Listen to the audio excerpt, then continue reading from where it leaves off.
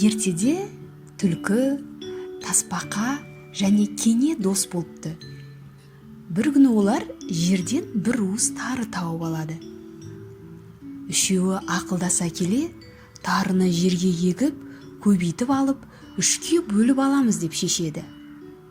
Түлкі бір жарды көріп: «Мен осы жарды сүйеп тұра берейін, құлап кетер», деп жарды саялап жатып алады.